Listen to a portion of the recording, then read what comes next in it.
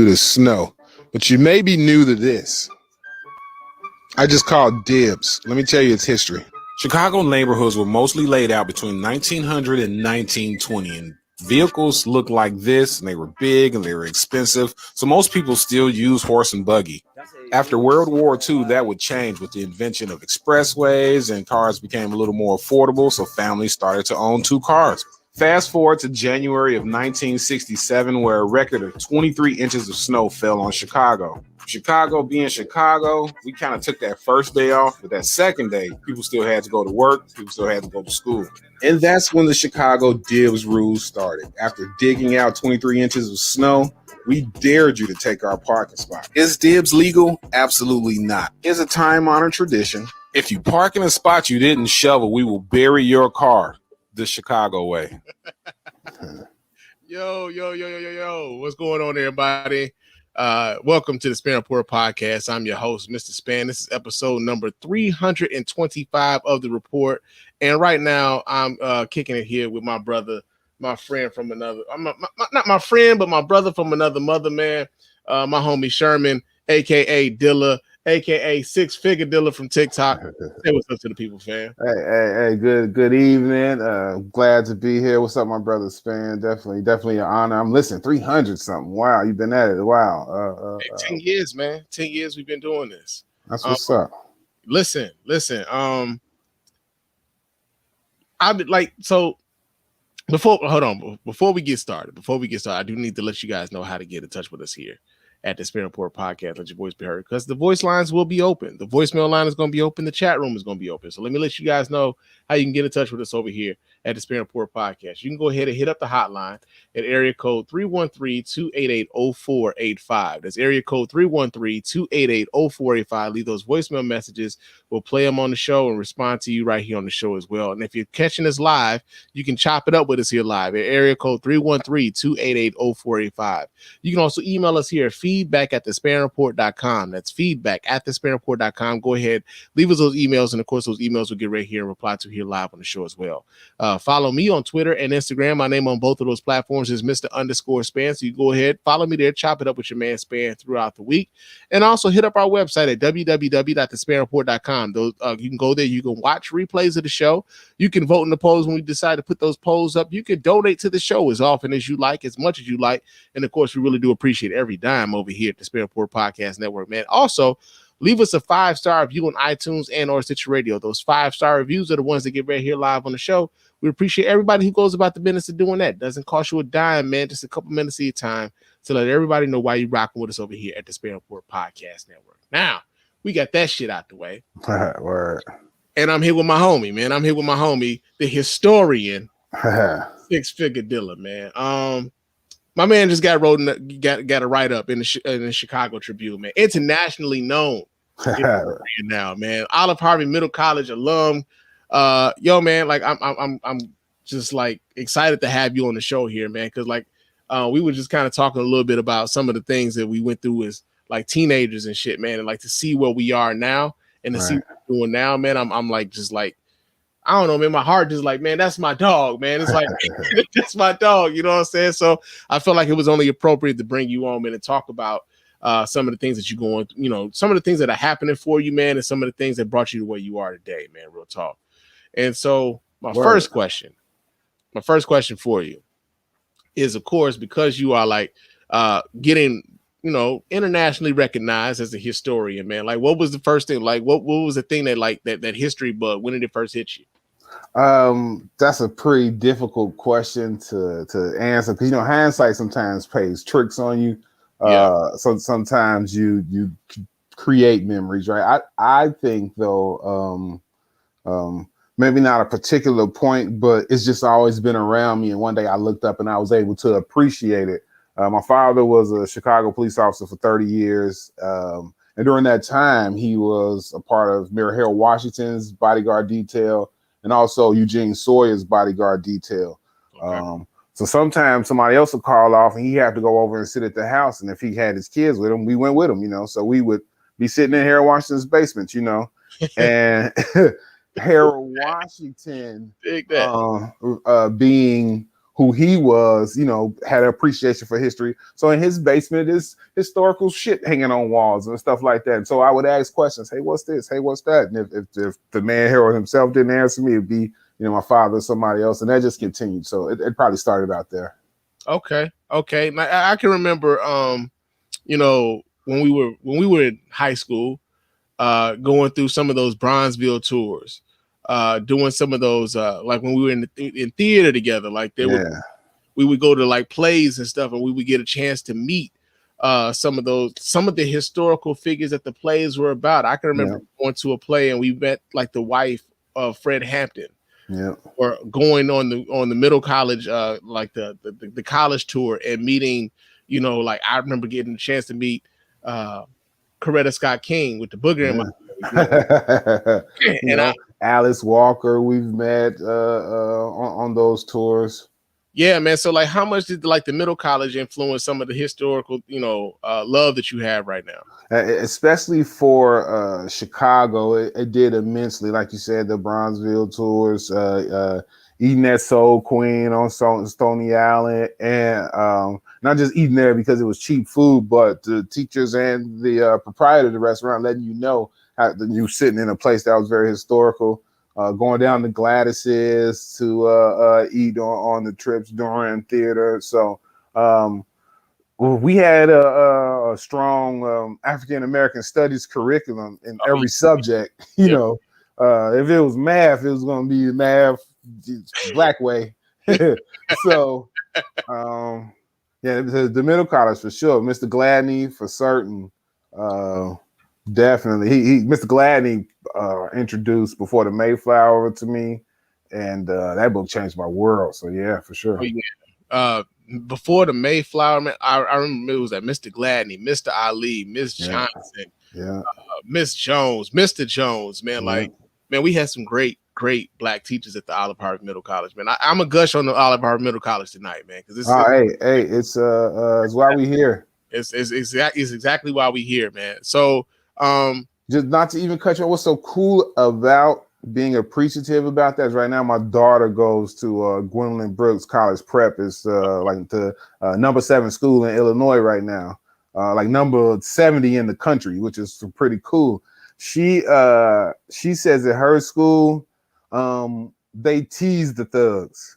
At her school they're like, why are you here gangbanger, bro? It's Brooks. Like, if you was really a super thug, you wouldn't be here. And I said, you know what that reminds me of? Like, that reminds me of my high school experience the second go round. Like, I told her, we were at a school that people went to after you got kicked out the first time. Yeah. So to be at your last chance, freaking gangbanging and doing stupid, like, we looked at them like, what are you doing, bro? Like, if you was hard, you wouldn't be in big division with us right now. Go on somewhere, bro. You know what I'm saying? And that was a tripped out part, right? Because like I can remember my experience with the middle college. I had absolutely no idea when I got to the middle college that's what it was, right? Because I can't, like, when I got to the middle college, I was moving back to Chicago from Detroit. Oh, okay, right. And my aunt didn't want me sitting at home, so she took me to she took me to Simeon, she took me to Calumet. She took me to Bogan. All of these schools told me that I would have had to sit at home and wait till second semester in order to go to school. And she was like, nah, we can't have him sitting at home. He got to go somewhere. He can't just be sitting here. He got to go somewhere. And old OHMC alumni, Antoine Jackson, told her about the middle college. And that's how I came to the middle college. I had no idea that this was the middle college was like, oh, this is where all the kids that got kicked out of school would too. Like, that's what this is. But like, honestly, if you went there, you wouldn't know it because they didn't treat it like that. And I honestly feel like when we went to the middle college, man, and like as we learned going through like some other like functions, like there was middle college conferences and stuff like that. And when we go on college tours, how we present ourselves, and you look up in a lot of the places that were regular high schools, they followed. You looked up and they were like modeling themselves after us and how they presented themselves, man. So like, anytime I talk about alternative education, if I'm talking about Olive Harvey Middle College, it ain't about it being like, that's where they send the dropouts and all of that. Nah, man, because it just wasn't like that. That wasn't my experience. It wasn't that at all. And you be doing yourself a disservice and underestimating the Olive Harvey Middle College scholar, man. That's just what it is. You know, it's from a base middle college scholar out argue a whole lot of people. That's for sure. Indeed, man. Indeed. Now, I remember like the early on, man, with the TikToks, you were sharing a lot of your daughter's TikToks. Right. And then I remember when TikTok kind of first came out, I was like, man, I think I reached peak internet, nigga. Like, I don't know if I even want to download TikTok on my phone, bro. Me like too. I got Instagram, I got Facebook, I got some other, like, what was that? Snapchat. I don't even use Snapchat, but I got the shit. You know what I'm saying? Like, I don't know about this TikTok shit, man. Then I looked up and my man's was dropping historical Chicago historical drops on TikTok. So how did it come to be that you took to TikTok in order to drop, some of these historical gems about Chicago? So maybe in 2017, 2018, I used to post black facts about Chicago on Facebook, and like what we call like long posts, right? I don't understand why a 2-minute freaking read is something long, but that's where we are. That's where we are in the world. So, man. So I used to put black fact posts up there, and people would like them. I get a decent response. People share them, blah blah blah. Yeah. And I've this just my passion, history, particularly Black Chicago history. So my daughter, like everybody else, they want to, you want to be TikTok famous. She want 1 million followers. She want a sponsor. She want all these things because she sees what she assumes is somebody gets on TikTok and they make a viral video and then they're off to the races, right? So she thinks that's what's going to happen to her.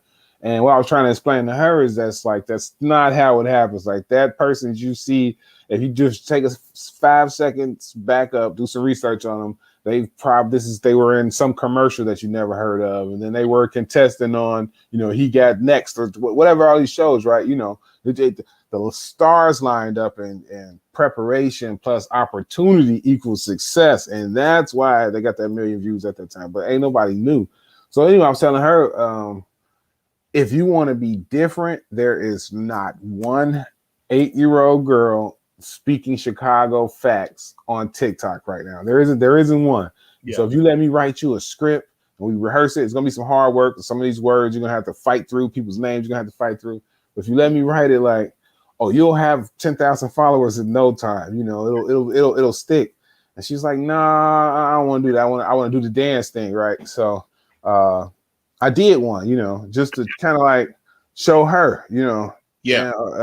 And, people liked it in the comments, because like you said, to your point, I of course wasn't trying to be TikTok famous, but just to be a parent, she's on the app. So when the new TikTok dance or trend or something happens, she wants to do it.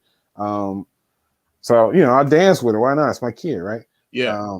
So that's what we were doing on TikTok early on, and it'd be like 150 views or something like that. I did that first Black history about John Baptiste Point du Sable, about him being the first non-native permanent settler of Chicago. Yeah. Like 5,000 people watched it. They left a comment, hey man, you should do that again, blah, blah, blah. So I showed her, like, see what happened? Like, imagine if this was you saying it. She was like, nah, I don't want to do it. I'm still going to dance. All right. How old is she? She's 8. Baby's 8. There you go. That's your whole fucking, that's your whole yeah. Man, Daddy, I don't know about that one, man. Like, Now, this is something I was kind of thinking about. And like, I don't know, like, to some degree, I feel like, because if you're from Chicago, like, Chicago is just in you, and you wear that shit with pride, man. You wear it. Everybody, like, even if I ain't lived in Chicago in damn near 20 years, but everybody know your man Spann from Chicago. Right. What it is. And so, like, one of the things I be thinking about though is like how, like, we from Chicago when we carry that pride, but also like there's a bit of sensitivity there too. Like, you want people to represent Chicago the right way. Yeah. So like, how much of that was like contributing to one of the reasons why, like, how much of that contributed to why you're doing what you're doing right now? Yeah, it's definitely a major reason why I continue to do what I do, because it is a little bit of work. as you are aware, you can't really like just go dry and not put up content because you don't feel like it. Like you gotta do some work. And what I'm trying to be and what I'm trying to be referred to as, you can't just say what you want to say. It has to be right. It has to be fact checked. Yeah. It can't be fake news, right? So even that requires some work. But to your point, I absolutely hate if you're not from Chicago and you get on TikTok, what they think Chicago is O Block, 63rd, Little Dirk, and salute to whatever they're doing. I'm not into expressing my opinion on how people eat or what they should be doing, that type of stuff, right? But that's not Chicago. And even what they are doing, they're able to do because of a process, right? A whole line of Black people did this, even to get to us to the point to where y'all are even able to gangbang on the South Side, right? So that's not Chicago, though. We're not Chirac. You know what I mean? Oh my God, man! Like we're not that. That's one of the things that like eats at me all the time. Like if you introduce yourself, or if you tell anybody you from Chicago, and like oh man, Chirac, you like no, nigga, Chicago. Like, I don't know nothing about that Chirac shit you talking. Nothing about it. And it's a shame that's because what it does is it makes that the little kids that want to get out think that the only way they can get out or be recognized is to play up to that. Don't get me started. I strongly believe a lot of the stuff that goes on wouldn't be at it's gonna always be some bullshit, right? But it wouldn't be at the level that it was without outside fans. You jump on YouTube for any Chicago rapper, in the comments, it's a bunch of outside people who've never been to Chicago a day in their life telling somebody else that they are punk for not getting get back for this person, like, or not dissing in their music, or you know what I'm saying? Like those negative songs, a lot of the outside people who don't live here play those songs the most on YouTube, which makes you make those songs, right? Because you're getting paid by the views. You know what I'm saying? I wasn't fucking with Spike Lee for a long time after he made that Chirac movie. It was like, yeah, bro.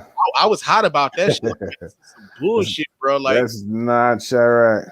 That's straight up, man. So, yeah, man. And we got chat. We got comments in the chat room. Horatio said, "I hate that name so much." Man, bro. I'm with you, brother. I'm with you. We are not Chirac. I hate that Spike even used it. Yeah. So, yeah. That's not who we are as a city.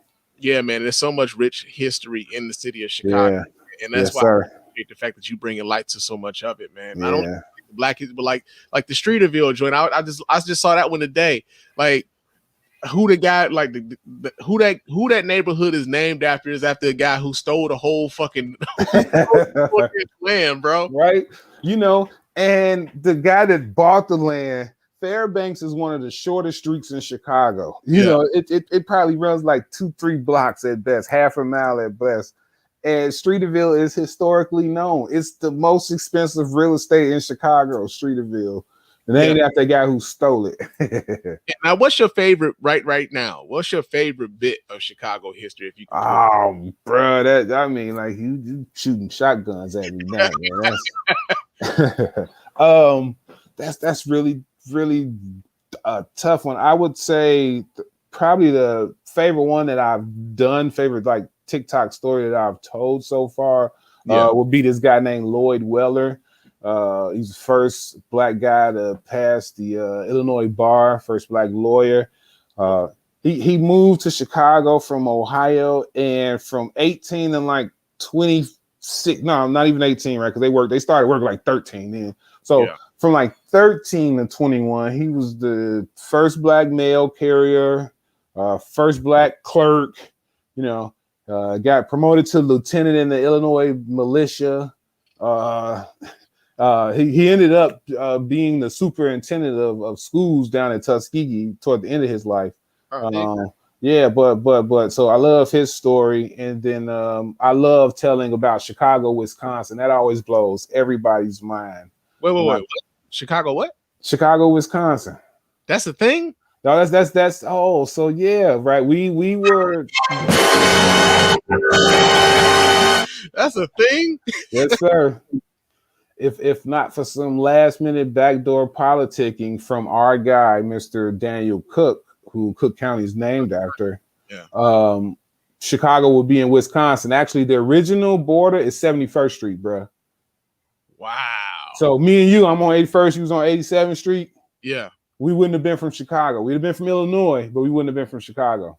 You know, it's weird, man, because there's a similar story about like Toledo, Ohio, and Michigan. Mm-hmm. Like Toledo, Ohio was originally supposed to be a part of the state of Michigan, but because of how like the states were incorporated into the union, it became a part of Ohio some sort of way. Like they did. They fought a war. It was a war over Toledo. As a matter, I believe they did an episode of how the states got their shape.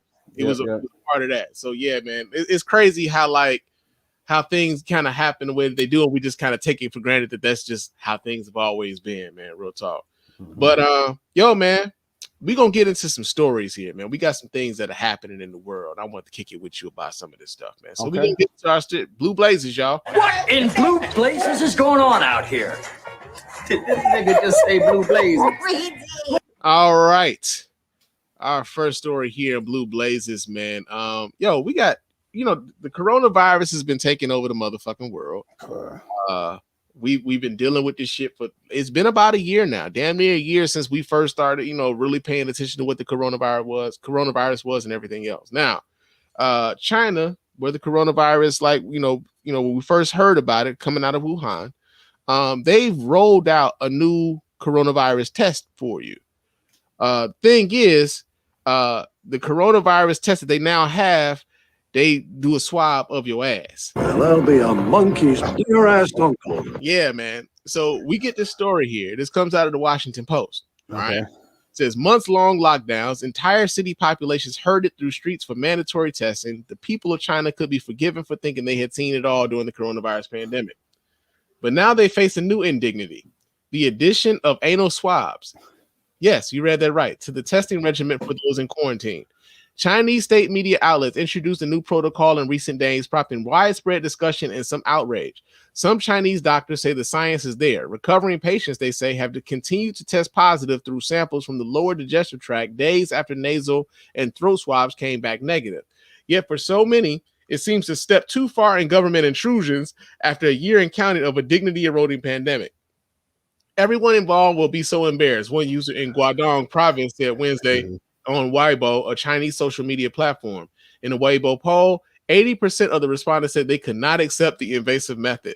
Even Chinese doctors who support the new test said the method's inconvenience meant it made sense for use only in select groups, such as at quarantine centers. If we add anal swab testing, it can raise our rate of identifying infected patients. And infectious Li Songjing, an infectious disease specialist at Beijing Yuan Hospital, said on state-run broadcast of CCTV on Sunday. But of course, considering that collective anal swabs is not as convenient as throat swabs at the moment, only key groups such as those in quarantine receive both. Now, we're at the age now, man, where we may have to consider, well, not even consider, like, prostate cancer screenings are coming up for us, bruh. Like, I'm 40 years old, man. Like, I told my wife they was gonna have to put me out. Like, give me something, wake me up, smack me up. Oh man, I've had what's crazy, man. So you just told that anal story, which brings a bad story. I'm lactose intolerant, but I'm hard headed. Right? Me too. So I'm lactose intolerant, but I'm hard headed. So I work a rotating shift at work, and I was on a night shift rotation. So every night for like 2 months, I was starting my night with this Oreo cookie ice cream thing from this late night ice cream place that was up, right? That was my intro to work. Got to be there from 10 p.m. to 6 a.m. and start this ice cream sandwich. Wake myself up, treat myself, right? Yeah. But I'm lactose intolerant. And so your body's going to tell you that no matter what. And so once you no longer have like the bubble guts and shit associated with eating ice cream, it started to back me up. I got constipated. So shit, I'm worried. I go to the doctor and they like, the only way we can find out what's wrong is we got to stick that camera up there, bro. Oh man, I ain't gonna eat no ice cream no more. And he was like, we can sedate you. And I was like, yes, put me down. So I woke up and, you know, I was fine. And he told me, you know, stop eating so much goddamn ice cream. But yeah, man.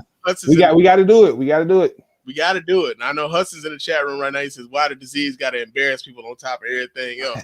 Listen, man, they say that the test is more accurate, right? And we've seen, you know, numerous times where like folks will say, well, you know, I got tested and they're tested negative, and then they go out and they go do some shit, come to find out they actually do have it. Right. You know, maybe it'll reduce the amount of like false negatives. You know what I'm saying? Like the amount of false negatives where folks are like just out here wilding.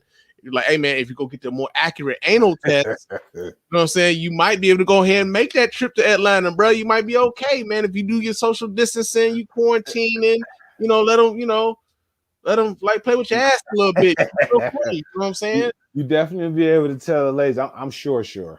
I'm sure, baby. Like you don't understand, baby. Like what I done went through for that. No, real talk, man. You know, like with like, you know, I got put on the list, man. I'm on the list to get vaccinated, man. Do you plan on getting vaccinated? Yeah, I do. My wife is a scientist, has a master's degree in biology and secondary education. And she's kind of on the fence. So that's our funny thing. You know, she because of the course of study, of course, she knows about Tuskegee experiment and Henrietta Lacks or Leaks, right, stuff like that. So she like, you know, I'm gonna catch the second round of the vaccine rollouts, but I kind of, as a person who knows that they typically don't run the same play twice, you know what I'm saying? So now the thing is probably to get us to not trust the vaccine, so they run out of vaccines and we be the ones dying of this stuff. So yeah, I am going to go get a vaccine as soon as I'm able to. Yeah, man. They just they like my supervisor. One of my supervisors called me the other day, was like, yo, do you want to get the vaccine? And I was like, hell yeah. Let me jump the line, B. And he's like, yeah. So he told me that I was on the list for the 15th to get the vaccine. And it's interesting because, like, you know, both of us work in utilities. Right.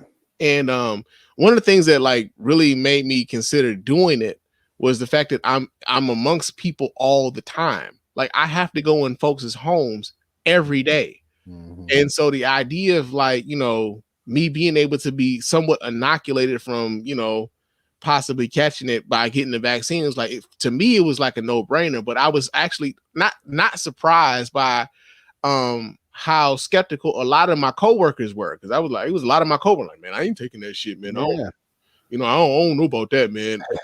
and like it was tripped out because at the same time we was talking about like what we was gonna be drinking this weekend. I'm like, nigga, you have never thought about what was in your Crown Royal anytime you turn that motherfucking bottle up. But you want better than that? That's the only thing that we consume. They don't got to tell you what's in. Yeah, you know, no label on your liquor. Yeah, he was like, yo, man, like I don't know, man. I'm if you come out all right, I might take it. Like it might not even be available to you then. Think about this, like. Mm-hmm. You know, like they making it available to you now. If people jump in the line to get it, you might want to go ahead and take your opportunity while you can get it, man. Real talk. Well, worst case scenario, they'll pay my wife because they grew a third arm in 10 years. At least we get some money out of it. You died from COVID right now, nobody get nothing. Yeah, it's Tammy's in the chat room. She's like, I want the Moderna. That's the one that I want. That's the one that I want, the Moderna one. And then Hudson, he's like, which one do you get though? Johnson & Johnson got one for the FDA approval. Now do you get to choose? That's the one thing I don't know if whether or not I get to choose. But the thing is, I don't think Johnson & Johnson's is going to be available by the time it's time for me to go take the vaccine. So I don't think Johnson & Johnson is going to be on the table for you, bro, for your boy when it's time for me to take it. But I know the Pfizer one and the Moderna one is going to be on the table. Pfizer is actually manufactured here in Michigan. Okay. Chances are I might end up getting that one. But yeah, and you know, Pfizer, they make good product, you know. Yeah, man. Real talk. So that's in Blue Blazes, man. Now another story that we got here in Blue Blazes is yo, did you get involved in any of the like the stock trading shit with GameStop? You know, all my homies did. I did not say. Yeah, man. So check this out. One of the things I kind of talked a little bit about this last week. You know, they were trying to frame this as a little guy against the big guy sort of story, right? Right. I didn't really buy that shit, like not in the least. Like I felt like it was way too much being like the markets move way too big for it to be like little guys from this Reddit group, right? Right.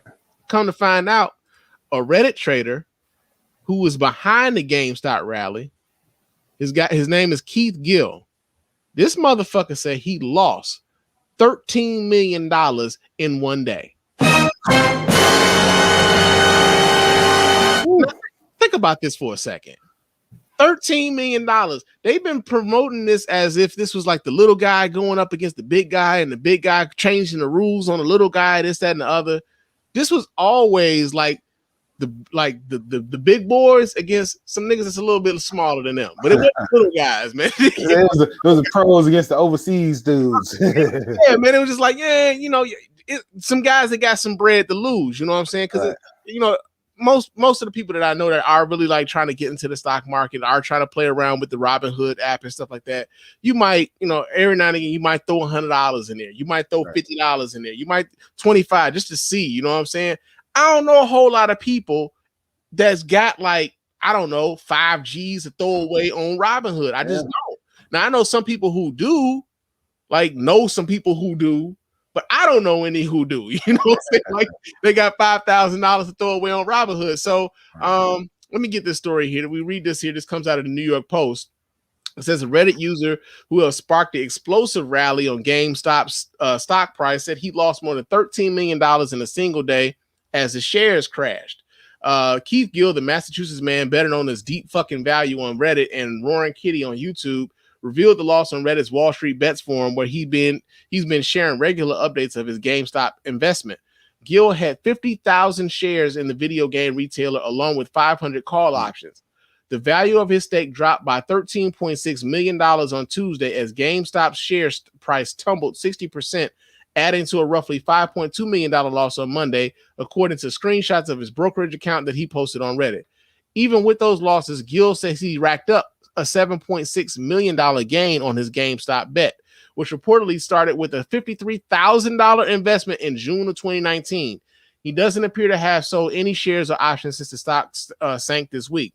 Gill has become an internet celebrity since his fellow Wall Street Bets users carried out one of the biggest short squeezes ever, driving GameStop share stock price as high as $483 last week, man. I saw people all of a sudden jumping on like, yo, man, you gotta get on it, like the GameStop. I'm like, man, what? And I asked the question, man, because I'm like, man, when did suddenly I know a whole bunch of Jordan Bell buckets, man. Like, where did you niggas come from, B? And like, this had the world fucking talking. Now, do you like kind of play around with the stocks on Robinhood? None of that, man. I set it and forget it. I got a couple homies who I'm going to start to shadow follow or whatever to get my login, and they do what they do. But like you say, it's going to be $200, and I'll ask them about it in a year. You know, I have some friends that do it, but I don't. Yeah, man. I see. I did I'm on the Robinhood app. I was kind of playing around with it. And there was one stock that I bought. I bought 2 shares, man. Because like I said, I ain't like out there like that. Right. I bought 2 shares. They was $10 a piece when I bought them. I'm like, all right, $25. Yeah, I'll buy some of this. It was Phase Energy for any of y'all who's interested, right? Phase Energy. It was $10 when I bought them shits. And now they're sharing at like 100 and like at one point they got up to I want to say like $137 a share. Oh, okay. And but I was mad that I ain't buying more shares. Yeah. I'm like, yo, I could have really cashed out on this shit if I'd really like, you know, invested but you know, scared money don't make money is what they say. I got a worse story than that. This was years ago, 2000 and maybe 7 or 8. The auto bus, right? The GM auto bus. Yeah. So, you know, all these companies are in bed together or connected some kind of way or another. At the time, I was working for Verizon Wireless in the call center. They sent out a company email saying that through their company brokerage buying employee share shit, I don't know the rules, but GM stock $5 a share, but GM was going tank, and the motherfucker I was sitting next to was like, man, that GM shit ain't finna be worth. They finna go bankrupt. I'm like, they're not gonna go bankrupt. And he's like, man, car companies go bankrupt all the time. So I let it pass, and then like a month or 2 later, they was too big to fail, and they bailed them out. And now GM's the shit. And I could have got in at $5 a share. Got in, man. Like that's the thing, man. It's a gamble. Just like anything else, like if you betting on the Super Bowl, if you betting on who gonna win the NBA Finals, is all a gamble. Trying to make an educated guess as to whether or not this company is gonna do better, on the long term, as to whether or not are you willing to just have your money sit there and wait to see if it's gonna grow into anything, right? Right. Which is interesting now though, because I see all these fucking these sports betting, these sports books are all over the place, man. They pretty much replaced the fucking political ads, man. I haven't seen a political ad since the election. But these sports books, nigga, all of them, come spend your money with us. Right. You know what I'm saying? One of my homies is like, yo, man, but he said it a lot of these sites now though, they're asking for your social security number. And I'm like, yeah. So they can tax your shit. You ain't out here winning this money and they ain't getting their part, man. The government gonna get their piece whether you like it or not. Because the people you winning from, they got to report they lost it. So they got to report who you lose it to. Yeah, man. And damn, Google, I wasn't talking to you, man. Try again in a few seconds. Man, I'm sure your audience know you have the most technologically enhanced house in the world. He a gadget freak. I'm surprised that the garage door ain't open, the window behind you ain't start sliding. Well, I mean, not today. not today, but yeah, man, I really did get in on the smart home shit, man. I want to make shit easy, especially for turning off lights, man. Remember when we was young, man, and when your parents were like, hey man, you ain't in that room, turn off that motherfucking light, and you was like, but I was in the basement though, I didn't even know the light was on. Right. See, now I got it to where I ain't even got to go to the basement. I could pull it up on my phone, hey man, turn off the basement lights, which should be easy for everybody in the house, right? Just tell if you can just tell the Google Jordan, hey, turn the lights off in the bathroom, and it do it. There should be no reason why all the lights is on in my house. No reason, man. No reason. So yeah, man, that's in Blue Blazers, man. We got another story here, man. This is actually kind of crazy. So some dude went to Roscoe's Chicken and Waffles, right? I've never been to Roscoe's Chicken and Waffles. I heard great things though. You gotta go. Heard great things. He went into the Roscoe's Chicken and Waffles. A man didn't have a mask on. Okay. They denied this motherfucker his chicken and waffles. My man's came back with the yapper. Came back with the chopper. And he decided to rob these motherfuckers of chicken and waffles, bro. Oh, brother. Whoa. Now, you got too much dip on your chip. Now, we get this story here. This comes from go.com. It says a man who was denied service for not wearing a mask at a fried chicken restaurant allegedly returned with a gun and held up the kitchen before robbing them of fried chicken and waffles. You know he's black. I want to get this jigaboo away from me. The incident occurred at approximately 5:37 p.m. at Roscoe's House of Chicken and Waffles in Pasadena, California, according to ABC News. KABC said that according to police and restaurant officials, the suspect initially walked into Roscoe's to order food, but was denied service by the staff because he was not wearing a mask. Employees informed him that he could return to get food once he was wearing one. So this nigga, instead of going to get a mask, went and got the yacht. God damn. The man then left and did indeed return, but this time he showed up at the back of the establishment with a gun. He come straight towards me with a gun, pointed it at me and said, put all the chicken in the bag. How do you not laugh when that's happening? How do you not? Put all the chicken in the bag. Cook Robert Gonzalez, who was working in the kitchen when the suspect walked in, told KABC in an interview after the incident. Manager Angela Prieto said he didn't take or demand any cash from the restaurant, only chicken and waffles. He didn't take any cash. He actually took chicken, and before he walked out the door, he took syrup for his chicken. He wanted to come back, man. Nigga. Big Mama, your arm. Oh my God. He said they were feeling scared, especially my cashier, Prieto said she was very, very scared. And when I first talked to her, she was basically hysterical. But after a while, she calmed down and started laughing about it because she realized all he did take was some chicken. That's it. Hurt nobody. He didn't have a mask. He probably didn't have a mask. He had his gun. He had his mask. It's an ironic twist. Surveillance cameras were able to capture images of the man's face due to the fact that he was not wearing a mask. According to the Los Angeles Times, the suspect was described as a black man in his 30s or 40s with a thin build, black curly hair, hazel eyes, and tattoos on his face. Man, they gonna find this nigga quick, bro. Oh man, He was last seen wearing a green sweater and white sweatpants with black polka dots. His companion was described as a Latino man with a shaved head, standing between 5'4" and 5'5" and weighing about 150 pounds. They was hungry, bro. You all day they was like, when we get through doing what we doing, we're gonna go to Roscoe's, we're gonna get some chicken and waffles. And when they told him no, that is great. Bro, he could have just went to the gas station. They got, man, you can buy like masks at the gas station, man. They selling them for $1. That is great. For $1, man. Man, that's like that's blue blazers for your ass, man. What the fuck is this nigga think about, man? For real. Oh man. Now, wait, how many more? Oh, okay, so we got a couple more. We got another story. This is also involves chicken, man. So apparently, I hope everybody's sitting down. Popeyes Chicken then decided that they was gonna take the Cajun rice and the green beans off the motherfucking menu. God damn! Yeah, man. I saw that one. Now, I ain't gonna even read no fucking story about this because I think this is a travesty. I think they should. I think whoever did this needs their ass whooped. I am a frequent customer of the Popeyes. So much so that I was annoyed at the hype around the Popeyes chicken sandwiches because they brought all the hype beasts. You know what I'm saying? Like I'm at the Popeyes every day.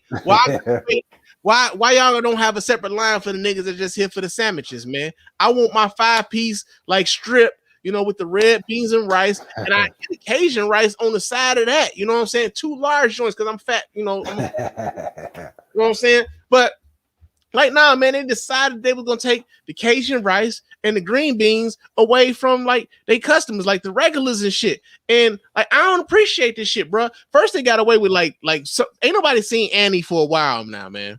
Ain't nobody seen Annie. Like, you know what? Annie been gone. Like they came up with the damn chicken sandwich and they got too big for their britches, man. Like the white people start paying attention to Popeye. Suddenly Annie ain't nowhere to be found. You know what? I ain't saying my wife hates her that way. Hey, you know, I mean, you know, I'm just saying, Annie, are you okay? You know Annie, are you okay? Because we've been looking for you, baby. We've been out here looking for you. But like real talk, like now they getting rid of the Cajun rice and the green beans. Like, I don't appreciate this shit, bro. Y'all starting to sound like KFC, bro, with they bland ass sides. The only sides at KFC I like might be the mashed potatoes and gravy. And that's box made. And that's box made, but I mean it's better than they motherfucking macaroni and cheese. Yeah, oh my god. I'm the only time I really eat KFC is if it was free. Exactly. I ain't stood no KFC line in quite a while. Have you ever known anybody who preferred KFC over Popeyes? Man, you know what? Only really country people. Like super duper country Mississippi mugs. Like they greasy, but yeah, no. Yeah, I know it's a guy at my job, man. One of the guys on my crew. This motherfucker told me he prefers the KFC over the Popeyes. Like, how? But here's the thing. He likes that like the skin on the KFC. He said and that's the thing, the skin on the KFC, it don't even be crunchy, bro. Yeah, it ain't done. It look like they boiled it or something. Yeah, it's like boiled fried chicken. How the fuck you eating boiled fried chicken, bro? Like, and then they gotta have the what's that like the crunchy shit. That's a totally separate type of chicken that they doing. Like they're cooking it different. I don't get it. Popeyes for sure. Get on your shit. Stop. Like, hey, y'all, I get it. Y'all got a whole bunch of new white followers now that y'all came out with that chicken sandwich that like they got up on the hype, but y'all straying away from the motherfuckers who kept y'all open. Man. Listen here. Bring back at least the Cajun rice, bruh. At least the Cajun rice. You know what I'm saying? Like, I know there's some people that was getting the green beans and shit, but like, yo, the Cajun rice, nigga. It was a hit. Definitely a hit. Y'all out here fucking around, man. Y'all on some bullshit. They said, is this your wife in the chest? Like Annie was shutting it down. I told you she must be that sweet tea lady. Yo, when we first started dating, maybe 10 years ago, right? That's when that started to be a commercial, and that first one, man, Man, it boiled her blood. It was, and that they came around right after Mary J. Blige had did her shucking and jiving for that commercial. So listen, the theme to the Beer and Chicken podcast is actually a riff on like the Mary J. Blige KFC shit joint. So they, hey man, lemons. We gotta make lemonade with the lemons, man. You gotta make lemonade with the lemons. And, like homie Hudson, like give me churches. Oh man, hold on, Hudson. Hold on, bro. Hold on, man. Hold on. Listen. I love you, man. You're my brother, and I love you. But what the fuck, bro? Is everything okay at the crib? I was just finna say I don't want to insult nobody. Is everything okay at home? Because listen, that's unemployment chicken. My God, bro! Like churches.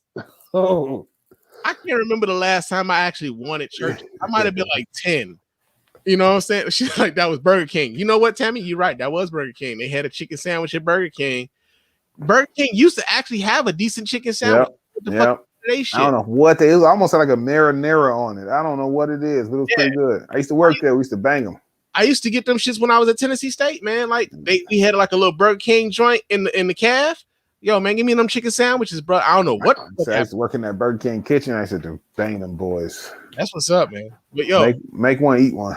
Hudson, man, if you're in the chat, like blink twice, man. Let us know you okay. Oh my God, churches, bro. He had 25 piece for $2.50. Rolled ass chicken. But you know what though? Hudson was always strong, so maybe that's why.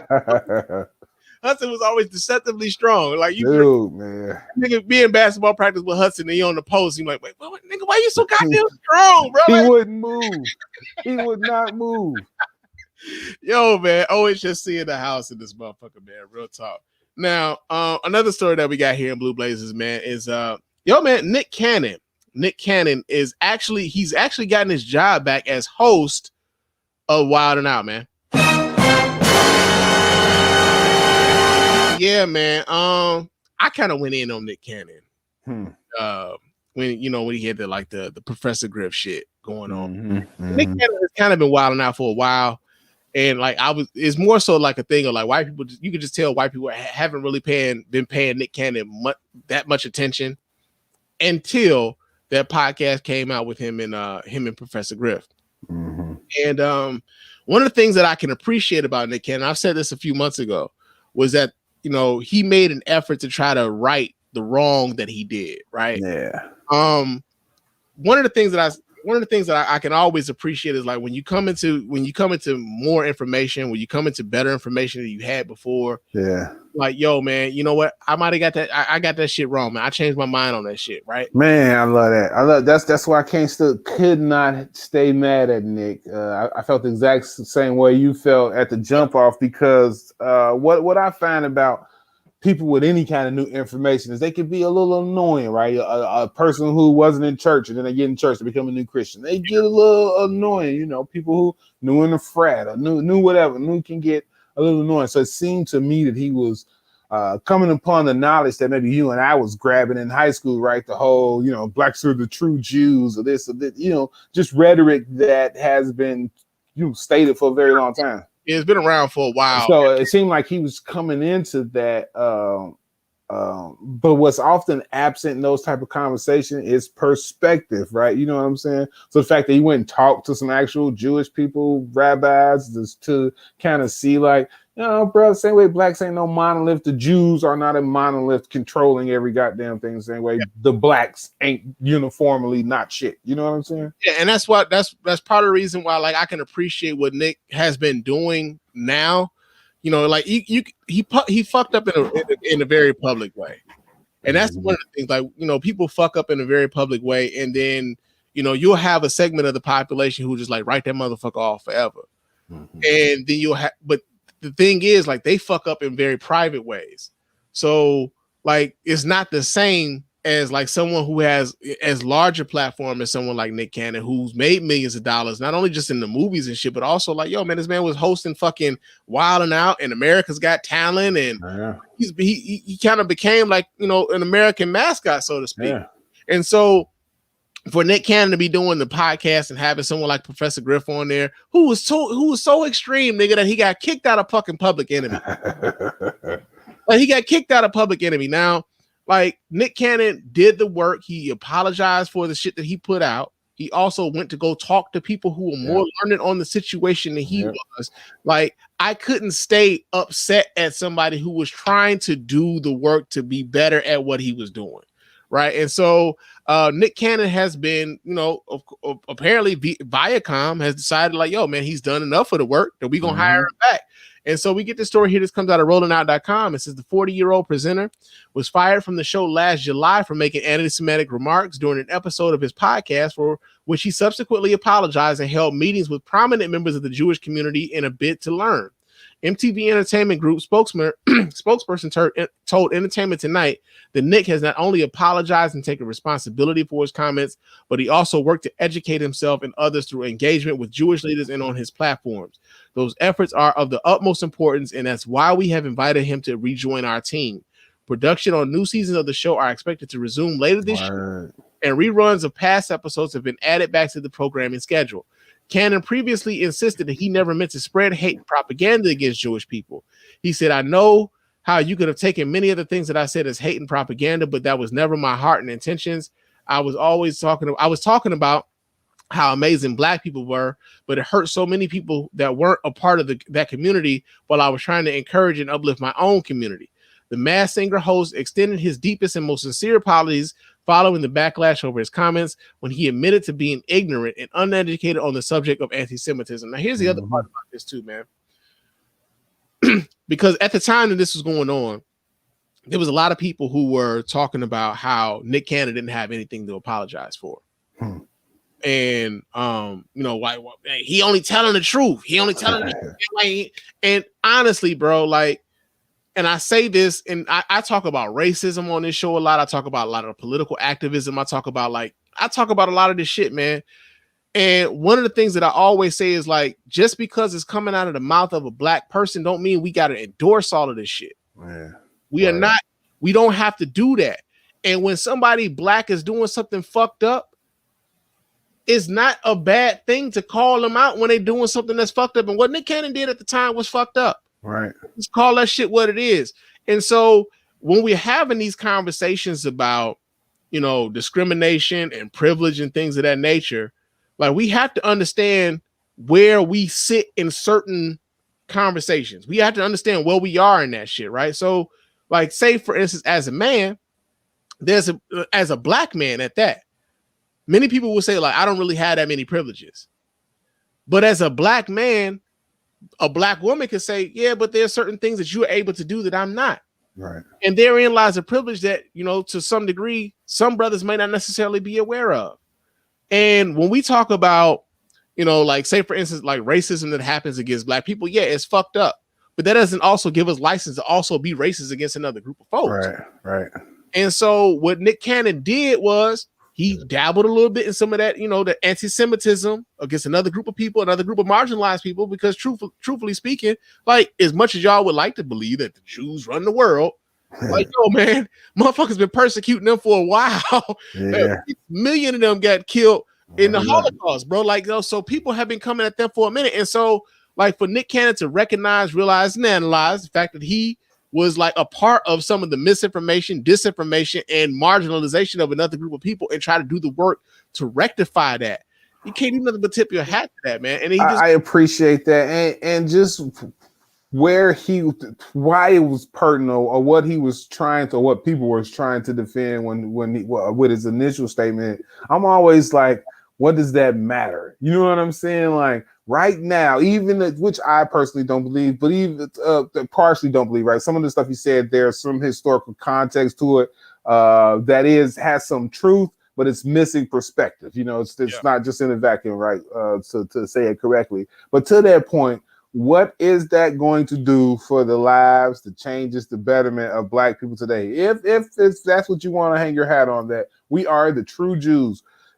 That statement being said and dismissing people who also claim Jewish as their religion and as their race, right? Dismissing them and saying that they're not the Jews, we're the Jews. It's tomorrow they're going to transfer the wealth and power. It's going to be free after that. Like we all stood on the mountain and agreed to that principle with you. We shit on their heritage and we say that they're not real Jews. We all just agree to that. Is that statement is going to make us better? Like, we spend so much time fighting over bullshit that ain't going to move the needle at all. That's not going to make us any less oppressed. It's not going to make our schools better. It's not going to do shit. So, why? That'd be my thing. The other part about it is this, though, bro, is like the oppression Olympics, right? Like we don't get medals for having the worst fucking struggle, bro. We just don't.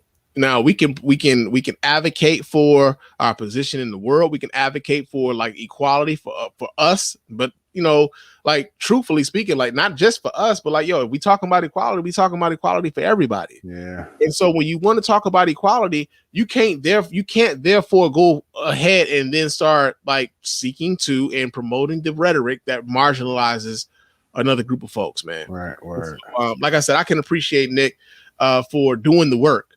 You know what I'm saying? Because a lot of folks wouldn't. A lot of folks would like just kind of get with the people who agree with them and just like, I wasn't wrong, man. Fuck them niggas, man. Mm-hmm. And now, not only that, Nick Cannon gets to come back to Wild Now, and the people that he had provided jobs for, they gonna put him on his shoulders, bro. They get their motherfucking jobs back. That and just his being correctable has only increased his legend, right? Because they did offer that job to his homies turned it down. But the celebration they all finna have when they get brought back together, he brings them back. His friends stay loyal, and he showed to them that you can apologize and make mistakes and come back and to help continue to feed your homies, like you say, like that. That whole thing finna be a great moment in time for us, and I hope it's appreciated. Indeed. Shout out to Mrs. Thomas in the chat room. She's like, they missed that Wild Now money for the network. Word up. That too. that too. Most definitely. Hey man, we could use the bread too. Man. Yeah, that too. Right now, Black Lives ain't mattered like this in a long time. We better get everything we can. Get everything we can get at this moment. Yeah. Because it ain't gonna last forever. Like that's for sure. It ain't gonna last forever. It's waning now. It's waning now. So we got that in Blue Blaze. Now the last story we got here in Blue Blaze is Ke Ke Wyatt, man. Now, when was the last time you heard anything about Ke Ke Wyatt? One of them reality shows, 10 years, something like it's been a while. It's been a while. Ke Ke Wyatt ain't like I listened to a little bit of her. Like the girl can fucking blow, man. Like for sure. Like talented as all hell, man. But the reason why we're talking about Ke Ke Wyatt tonight is that Ke Ke Wyatt believes that biracial folks are treated worse than black folks, man. There'll be a monkey's bare-assed uncle. Yeah, man. We get the story here. This comes out of rollingout.com. It says that R&B singer Ke Ke Wyatt was vehement in saying that biracial people are also an oppressed demographic and, in fact, are treated worse than black people in the United States. Wyatt was embroiled in a verbal fisticuffs with Love and Hip Hop star Milan Christopher in an online video forum, The Neighborhood Talk, in a discussion about racial animus. Wyatt berated Christopher for being allegedly too pro-black and not taking into consideration those who are of offspring of miscegenation and are also tormented. Because you are so pro-black and it's okay to be pro-black power to the black people, she said at high volume. Black people are not the only people that have been oppressed. They are not the only ones, my nigga. Jewish people have been oppressed, okay? Wyatt continued her soliloquy and interrupted others. And I can keep going. I'm biracial, damn it. We fucking oppressed because black people that made us feel like shit. White people that made us feel like shit. Wyatt claims that as the product of a biracial parentage, she was treated worse than black people, tearily testifying that blacks wouldn't play with her because she was not black enough. The singer added that she was not white enough to be accepted into their social groups at school either. I think you're a cool dude, but I think you need to understand, sugar, there's more to life than just being black. Now, I got some thoughts on this here, bro, but I want to hear your thoughts on this first, man. What do you think about like the idea of like interracial folks feeling as though they're more oppressed than black folks have been in this country? I'm a historian. I think linear, right? Yeah. So if we're talking about black people struggle, right, post emancipation 1865 to now, right, I'm gonna go ahead and say that mixed folks have had it better if we're going off of that 200-year history, right? We're going to say a little slice, right, as far as treatment. They were afforded more things and could progress faster, right? All of our first graduates of all of the HBCUs is all that is primarily folks who were kids of slave masters, right? And that cannot be denied and not stated. So that is a form of oppression for folks who are of not mixed heritage, right? With that said, though, I think it's all about where you find yourself geologically, geographically. Like that's not a fluid thing to say either way. If you're a mixed kid growing up in Auburn Gresham and you look really, really mixed, that's probably a true statement. You probably get harassed a lot more than the kids that don't look like that. Conversely, if you're, the only super dark African American out in Plainfield and the mixed kids look like the white students too, they probably call you porch monkey and darky. You know what I'm saying? So it's like what you just said. It's this oppression Olympics thing that we're so caught up in, super light skin mixed or, very dark skin. If you were getting off the train in World War I with that uniform on south of the Mason-Dixon line, you was getting your ass lynched anyway. Yeah. It's how I feel. Yeah. I'm gonna tell you what this really kind of like reminds me of. And because we got some age on this a little bit, like when I hear niggas still talking this shit, I just kind of roll my eyes a little bit. But this is what it reminds me of. It reminds me of the dudes who have issues with women because they wouldn't give them any play in high school. And they still carry around that shit. They haven't gotten over it. They haven't dealt with their feelings around why they treat women the way that they do, or why they have the attitudes around women the way that they do, because they haven't dealt with the hurt that they got in high school when they weren't really popping. Right. They weren't the guy like that. Right. Right. And it reminds me a little bit about that. And the reason why I say that is because, like, with Ke Ke Wyatt, like, honestly, if she hadn't said anything, I'd have just thought she was a real light-skinned black woman. Had she not said anything about her being biracial or anything else, and part of this has to do with the fact that, like, it's largely been black people who have propped up her career. Right. You know what I'm saying? When we first were introduced to Ke Ke Wyatt, it was with Avant. And I forget the name of the song that she came out. What was it? Nothing in the World. My First Love. Our First Love. That joint was a bomb. Yeah, it was. Like I said, the girl can blow. You know what I'm saying? Like, we don't associate blowing with white girls at all, right? So, like, we don't associate that with them. At least, like, in our communities, we just don't. We're like, man, that girl been in the church, man. Like, right. I did not know that she was biracial at all until she said so. Right. And so, what it sounds like to me is that Ke Ke Wyatt is dealing with some issues from when she was a kid that she's never really dealt with. Like, it is expressing itself now, where, like, she feels as though, like, black people have to now account for this hurt that she's dealing with. When most black people don't know all of this shit, right? Yeah, like, when you come, like, people don't know you when they first meet you. Like, man, I got all this shit that comes with me, and now you got to help me solve it. It's like, wait, hold up, nigga. I just want to buy the album, Right. Like, I thought your album was banging. Like, I didn't know it came with all this other shit. And so, like I said, it kind of reminds me a little bit of how, like, with dudes, man, when we start talking about, like, dudes who, like, man, these bitches, man, like, they only want a nigga when he got money, man. Like, and you hear when niggas that don't have a little money, like, they only they got money, man. These hoes, man, they're like, they only choose a nigga he's selling drugs, some shit like that. Like, nah, bro, like, it's you. That's it. It's pure and simple. Is you got to deal with the shit that's going on with you. And once you start figuring out what's going on with you, then maybe you can start stepping to a sister in the correct way. And maybe black people will start treating you in a certain way. Like, because again, black people have largely embraced Ke Ke Wyatt musically. Like, her career is like, is largely because black people embraced her in that way. So, like, to hear her sitting up here talking about, being, biracial and, black people not wanting to, be nice to her and white people not accepting her. Like look at Barack Obama.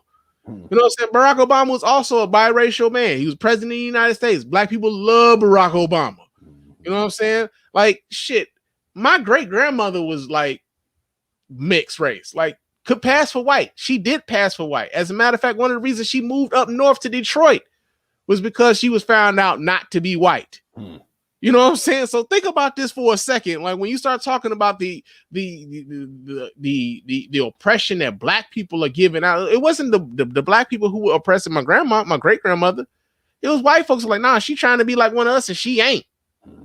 Like just the historical aspect of it, man. And let's see, Hudson's in the chat.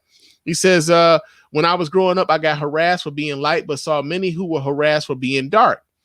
People look for any difference to marginalize someone. I thought I was being marginalized, but when I look back, I marginalized myself more than anyone else ever did to me. Hey, man. Yeah, it's internal. Yeah, a lot of it is just like how you deal with it yourself, man. And then, like I said, because we got a little age on this to keep hearing, like she's not that much younger than we are. Probably older, for real. Yeah, probably a scotch older, a year or two older. Yeah, she's not to hear that, like it's like, all right, man, you tripping. I put out a good album. That's all you got. Put out a good album, sister. That's all you gotta do. But yo, man, that's been Blue Blazers. What in blue blazes is going on out here? Did this nigga just say blue blazes? All right, we got one story here for Proud to Be an American, though. That I'm proud to be an American, where at least I know I'm free. That's enough of that shit. It's Proud to Be an American time here at the Spann Report podcast. And our story here in the Proud to Be an American is, there was a insurrection on the fucking United States Capitol last month, man. And apparently, many of the motherfuckers who was at this damn insurrection, who were so adamant about the fact that Donald Trump lost the election because it was stolen from him, do y'all know these motherfuckers didn't even fucking vote? God damn! They didn't even fucking vote, bro. So we get this story here. Let me pull this up. We get this story here. This comes out of the HuffingtonPost.com. It says at least 8 of the people facing charges for last month's insurrection didn't actually participate in the presidential election. It turns out that some of the people who stormed the U.S. Capitol on January 6th in hopes of overturning the presidential election didn't even vote. CNN reviewed voting records of people arrested for their involvement in the insurrection and determined that at least 8 of those facing criminal charges didn't vote in the presidential election. Donovan Kroll, an Ohio member of the right-wing Oath Keepers militia group, was among them. Kroll, 50, was arrested January 18th on charges of conspiracy to injure an officer, destruction of government property, obstruction of an official proceeding, trespassing, and disorderly conduct. His mother told CNN, he had a litany of motherfucking charges, bro. Said his mother told CNN that her son told her that they were going to overtake the government if they tried to take Trump's presidency from him. Like it belonged to him, bro. Like it was his. However, Kroll admitted apparently wasn't registered to vote in 2020. An election official in Ohio told the outlet that Kroll registered to vote in 2013, but he never voted or responded to any of our confirmation notices to keep him registered. Kroll was removed from the voter rolls in 2020, according to an official. Some others who participated in the insurrection were registered to vote last year, but did not, including University of Kentucky senior Grayson Courtwright, who posted a photo of herself on Instagram from outside the Capitol doors, captioned, "I can't wait to tell my grandkids I was here."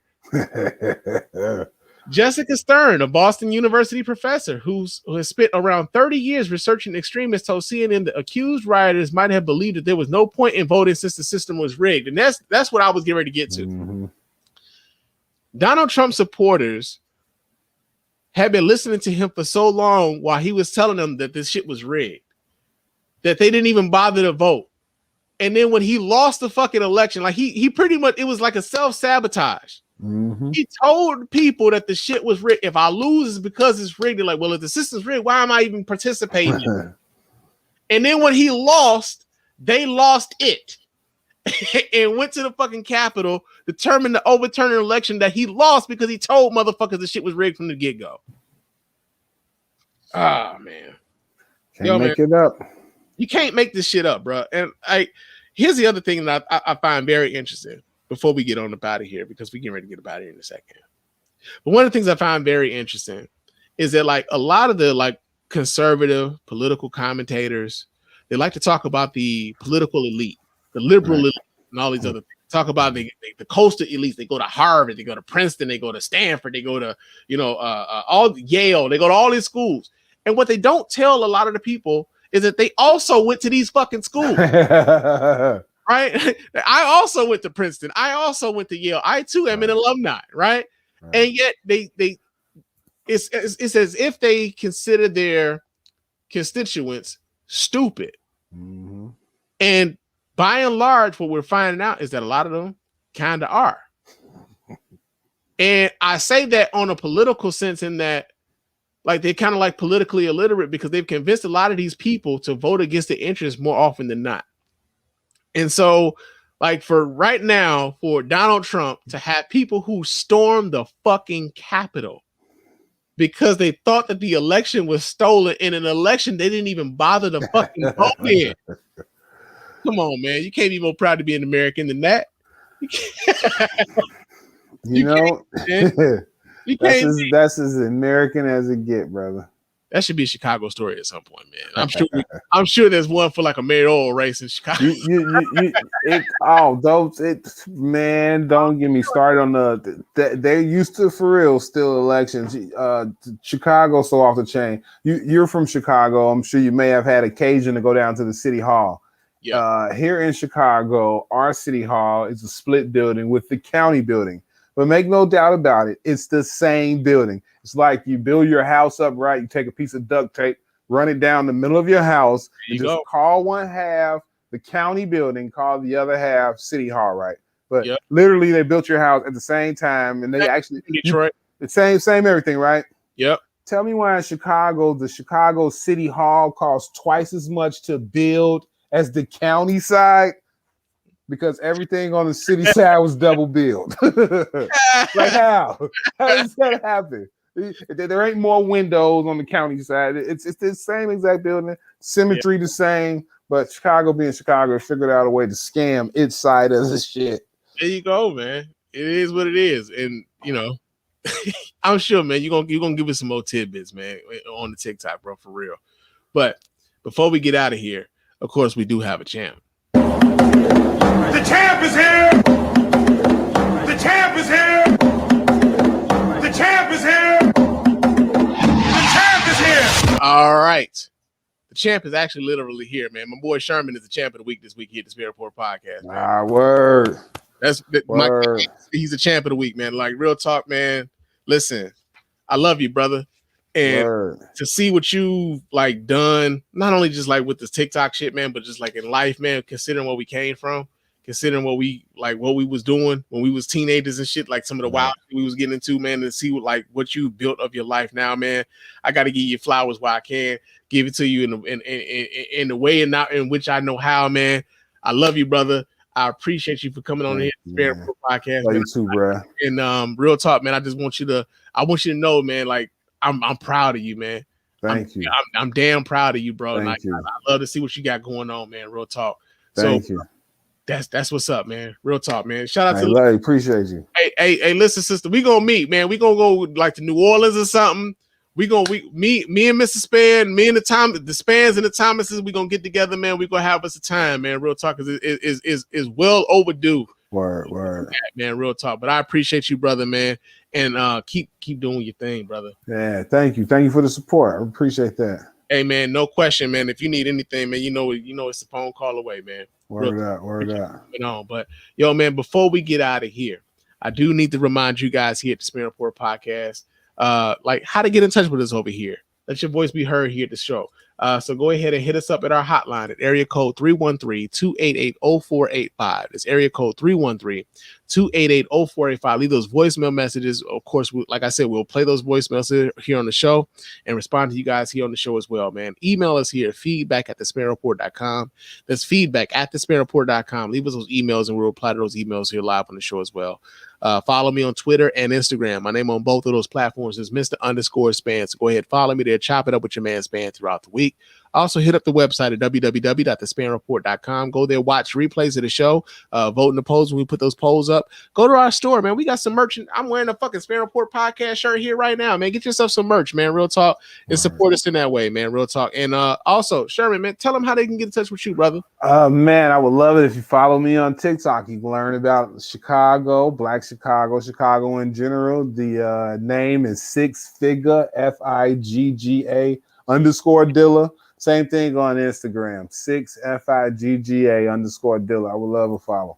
And the link will be in the show notes, so y'all can go ahead. Like, I'll make it very easy for y'all to go ahead and do that, man. If you're watching the show, man, if you're listening to the show, man, hit that link and go ahead and follow my man over on TikTok. Get that Chicago history, man, for real.